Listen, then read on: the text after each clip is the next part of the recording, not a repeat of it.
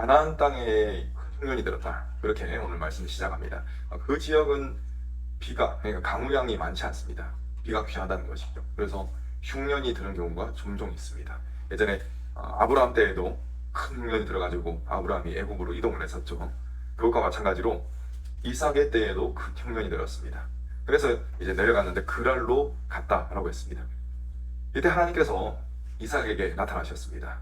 어떻게 말씀하시냐면은 애굽으로 내려가지 말고 내가 지시하는 땅으로 가라, 이렇게 말씀하셨습니다. 그 땅이 어느 땅이었느냐? 그랄 땅이었습니다. 그렇기 때문에 이삭은 하나님의 말씀에 순종해서 이 그랄 땅에 당분간 정착하게 됩니다. 하나님께서는 여기서 다시 아브라함에게 하셨던 약속 있지 않습니까? 그 약속을 이삭에게 다시 하십니다. 그래서 이삭의 혈통을 통해서 번성케 되는 복이 반드시 있을 것이다 라고 말씀을 하셨던 것이죠. 그래서 이삭은 하나님의 약속을 이렇게 받았습니다. 그리고 하나님께서 이 약속을 이루실 것이다 라는 것을 믿었습니다. 여러분, 이삭은 참으로 훌륭한 인물입니다. 정말 훌륭한 인물이에요. 믿음이 정말 강하고 그리고 굉장히 온유한 사람입니다. 강점이 굉장히 많은 사람이지만 그럼에도 불구하고 치명적인 약점이 있었습니다. 그 아버지의 그 아들이라는 말이 가장 잘 어울리는 인물 중 하나가 바로 이삭이 아닐까 싶습니다.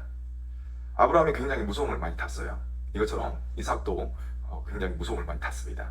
오늘 말씀의 앞부분은 이삭과 리브가 사이에, 이 부부 사이에 아직 아이가 생기지 않은 시기로 보여집니다. 아무튼 이삭은 자신의 아내 리브가가 보기 드문 미인이었기 때문에 자신의 목숨이 위협받을지도 모른다는 생각에 사로잡혔습니다. 그래서 그는 그란의 다른 사람들에게 자신의 아내 리브가를 누이라고 소개하고 다녔습니다. 그런데 여러분, 꼬리가 길면 밟히게 되어 있지 않습니까? 이삭은 그랄 땅에 오랫동안 거주했다라고 했습니다.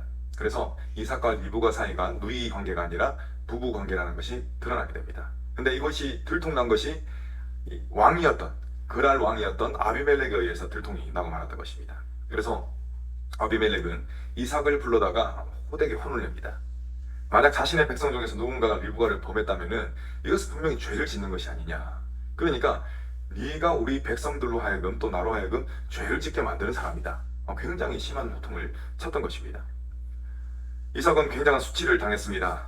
여러분, 이삭과 지금 아비멜렉이 보이고 있는 모습, 그 모습이 원래는 정반대가 되어야지 맞는 것이죠. 하나님을 섬기는 이삭이 죄를 범하는 사람들을 향해서 권면을 해야지 맞지 않습니까? 근데 이게 완전히 반대가 되었습니다.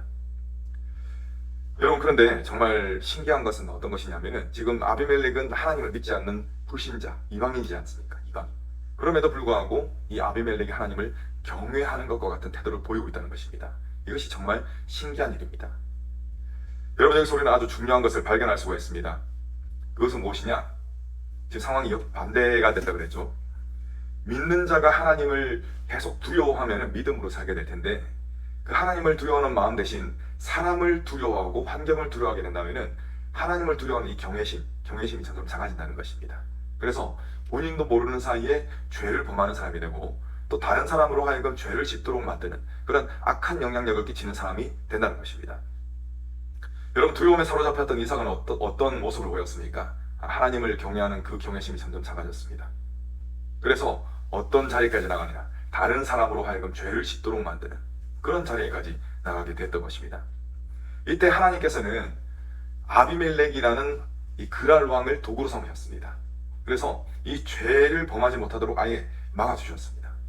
11절을 보시면 아비멜렉이 명령을 내리죠. 어떤 명령을 내리냐면은 이삭이나 리브가를 건드리는 자는 죽이겠다. 이렇게 엄포를 놓은 것입니다. 여러분, 이것은 하나님을 섬겼던 이삭의 입장에서 보면은 참 모양 빠지는 일이었습니다.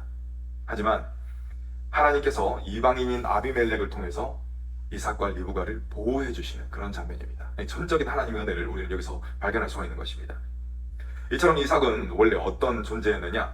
아비멜렉의 보호를 받아야만 하는, 그래야지 자신의 목숨을 지킬 수 있는 그 정도로 연약했던 존재가 이삭이었습니다. 그런데 여러분, 하나님께서는 이 이삭의 삶을 완전히 역전시켜 주십니다. 우리 12절 말씀, 12절 13절 함께 읽겠습니다. 시작. 이삭이 그 땅에서 농사하여 그 해에 100배나 얻고 여호와께서 복을 주심으로 그 사람이 창대하고 왕성하여 마침내 거부가 되어. 아멘. 아마도 농사가 잘 안 되는 환경 가운데 있었을 것입니다. 그랄 땅도. 그런데 그 가운데서 이삭은 엄청난, 정말 불가사의할 정도의 많은 그런 소출을 거둬들였던 것입니다. 이것은 하나님의 권능으로 말미암아 일어났던 일이었습니다. 그리고 원래 한 사람이 잘 나가면은 주변의 사람들이 시기를 하게 되었거든요. 그래서 이 블레셋 사람들이 이삭을 굉장히 시기했습니다. 그리고 어떤 행동을 했냐면은 이삭이 가지고 있던 우물을 이 블레셋 사람들이 다 막아버린 것입니다. 여러분, 이 우물은 생명줄과 같은 것입니다. 그런데 이것을 다 막아버린 것입니다. 이것은 참으로 경무에 없는 행동이었습니다. 차라리 그냥 뺏어가면 되지. 뺏어가지고 자기들이 우물을 차지하면 되지 않습니까? 근데 아무도 그냥 사용하지 못하도록 그냥 막아버린 것입니다. 이것을 통해서 이 블레셋 사람들이 이삭을 향해 가지고 있던 시기심이 엄청났다라는 것을 우리가 알 수가 있습니다. 여러분, 이쯤 되면 이삭이 어떤 모습이 될 것 같습니까? 지금 엄청난 박해를 받고 있죠. 그러면은 쪼그라들 수밖에 없습니다. 그런데 이삭의 이후로부터 전세가 더 역전이 됩니다. 이삭 쪽으로 더 기울어집니다. 자, 16절 말씀 함께 읽습니다. 시작. 아비멜렉이 이삭에게 이르되 내가 우리보다 크게 강성한즉 우리를 떠나라. 지금 이삭과 리브가를 보호해줬었던, 예전에 이삭과 리브가를 보호해줬었던 아비멜렉이 이제는 이삭을 견제하고 있는 것입니다. 이를 보면 이삭의 힘이 상당히 강해졌다는 것을 알 수가 있습니다. 여러분, 이삭에게는 온유함과 또 성실함이 있었습니다. 이것은 이삭의 강점이었습니다. 하나님이 이삭의 이 강점을 사용하셔서 하나님의 일하심을 보여주셨던 것입니다. 이삭은 어떤 행동을 했느냐? 블레셋 사람들이 다 우물을 메웠죠.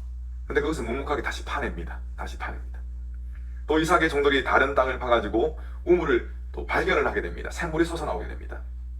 여러분, 이 땅을 팠을 때 샘물이 솟아나오는 확률이 굉장히 낮거든요. 근데 오늘 말씀을 보면은 이삭이 팔 때 우물이 터졌다, 이런 기록들이 계속 반복되고 있습니다. 하나님의 역사하심이신 것이죠. 그런데 그란의 목자들, 그러니까 블레셋 사람들이 다시 와가지고 이삭이 팠었던 우물이지 않습니까? 그것을 자신의 것이라고 막 뺏어갑니다.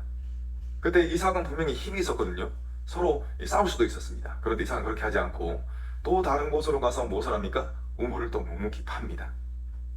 그런데 또 쫓아와가지고 우물을 내놓으라고 하는 것입니다. 이쯤 되면 이제 화가 머리 끝까지 날만하죠. 그런데 이삭은 끝까지 다투지 않고 또 다른 곳으로 가서 우물을 파는 그런 행동을 합니다. 자, 그런데 여러분, 놀랍게도 그곳에도 어떤 일이 생기느냐? 샘물이 솟아나오는 것입니다. 이삭은 브엘세바에서 하나님의 축복을 받고 제단을 쌓은 뒤에 거기서 또 우물을 파기 시작합니다. 참으로 성실한 사람입니다. 이렇게 우물을 파고 있을 때 세 사람이 이삭을 방문하게 됩니다. 그 세 사람이 누구냐면은 그랄 왕 아비멜렉입니다. 그리고 아비멜렉을 수행하는 아후삭이라는 인물, 군대 장관 비골, 이 세 사람이 방문을 하게 됩니다. 여러분, 이 사람은 처음에 어떤 사람들이었습니까? 이삭과 리브가를 보호해주는 사람이었습니다. 그리고 좀 지나서는 이삭을 견제하는 사람들이었습니다. 그런데 지금은 이삭을 찾아와서 어떻게 하느냐? 읍소를 하고 있습니다. 자신들을 잘 봐달라고 이렇게 하소연을 하는 것이죠. 그들이 이렇게 이삭에게 매달리는 이유가 있습니다. 분명한 이유입니다. 28절 여러분 읽겠습니다. 28절 시작. 그들이 이르되 여호와께서 너와 함께 계심을 우리가 분명히 보았으므로 우리의 사이 곧 우리와 너 사이에 맹세하여 너와 계약을 맺으리라 말하였노라. 아멘. 그들이 분명히 확인한 것이 무엇입니까?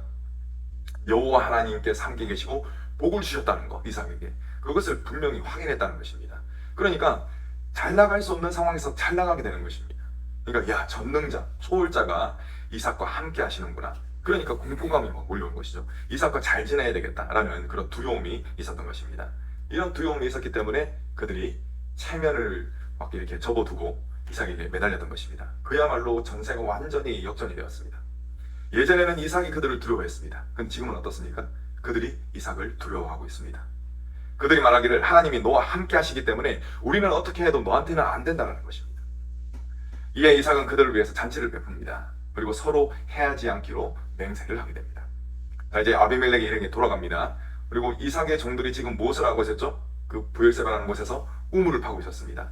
그래서 우물을 파고 있던 이 종들이 이삭에게 와서 보고를 합니다. 샘물이 터져나왔다는 것입니다. 세상에. 이 보고를 들었던 이삭은 그 우물의 이름을 세바라고 짓습니다. 이 세바는 맹세인 것이군요. 맹세.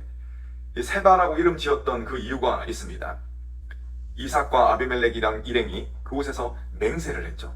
그래서 우물 자체의 이름도 그냥 맹세라고 지은 것입니다. 그래서 그곳 이름은 맹세의 우물이라는 뜻의 브엘세바로 불리게 됩니다. 그래서 지명이 탄생하게 된 것입니다. 여러분, 이삭이 머물렀던 그곳의 이름이 브엘세바가 되었다, 맹세의 우물이 되었다라는 것은 의미하는 바가 큽니다. 여러분, 왜 이삭과 아비멜렉 일행이 맹세를 하게 되었습니까? 너무 뻔합니다. 하나님이 이삭을 강력하게 만드셨기 때문에 전세가 역전되어서 그래서 그들이 맹세를 하게 된 것입니다. 하나님께서는 믿는 자와 함께 하셔서 약하고 어그러진 모든 것을 온전히 회복시켜 주십니다. 그리고 나아가서 완전히 역전시켜 주시는 분이 바로 하나님이심을 믿으시기 바랍니다. 이러한 하나님의 역사는 믿음의 자리를 끝까지 지키는 사람들, 그 사람들에게서 나타나는 역사입니다. 이삭과 같이 믿음의 자리를 굳건하게 끝까지 지키셔서 하나님께서 역사하시고 또한 우리의 삶을 역전시켜 주시는, 강하게 역전시켜 주시는 그러한 역사가 저와 여러분들의 삶 가운데 나타나기를 간절히 축원합니다. 아멘.